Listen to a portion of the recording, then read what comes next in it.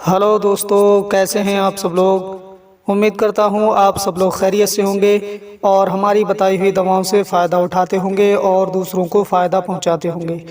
दोस्तों, हम हाजिर हैं आपकी खिदमत में एक नई वीडियो के साथ। आज हम आपकी खिदमत में पेश करेंगे सिकंजबीन सादा के बारे में जानकारी।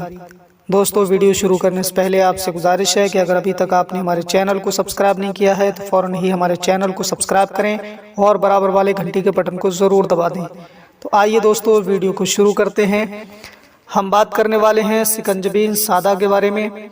दोस्तों, सिकंजबीन सादा ये क्लासिकल नुस्खा है और बहुत ही बेहतरीन नुस्खा है, कदीम नुस्खा है और पुराने ज़माने से इसको अतिब्बा हज़रात इस्तेमाल कराते आ रहे हैं। बहुत ही बेहतरीन इसका रिज़ल्ट आता है।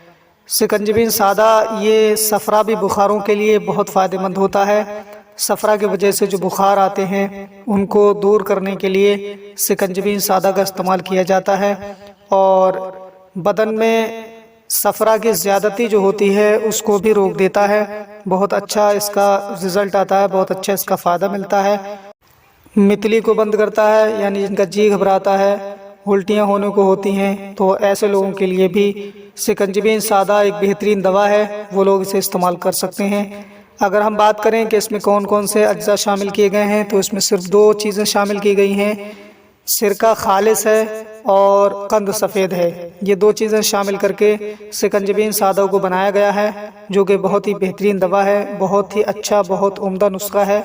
इसके इस्तेमाल से सफराबी बुखारों को रोका जाता है और सफरा की ज़्यादती को रोका जाता है और मितली को बंद किया जाता है। इन तीनों बीमारियों के लिए सिकंजबीन सादा बहुत बेहतरीन दवा है। इसके इस्तेमाल से आप अपने आप को सेहतयाब महसूस कर सकते हैं। तो दोस्तों, ये थी आज की वीडियो सिकंजबीन सादा के ताल्लुक़ से जो हमने आपकी खिदमत में पेश की। उम्मीद करते हैं ये वीडियो आपको पसंद आई होगी। वीडियो अगर अच्छी लगी हो ज़्यादा से ज़्यादा शेयर कीजिए और हमारे चैनल को भी सब्सक्राइब कर लीजिए। मिलते हैं अगली नई वीडियो में, तब तक के लिए अल्लाह हाफिज़।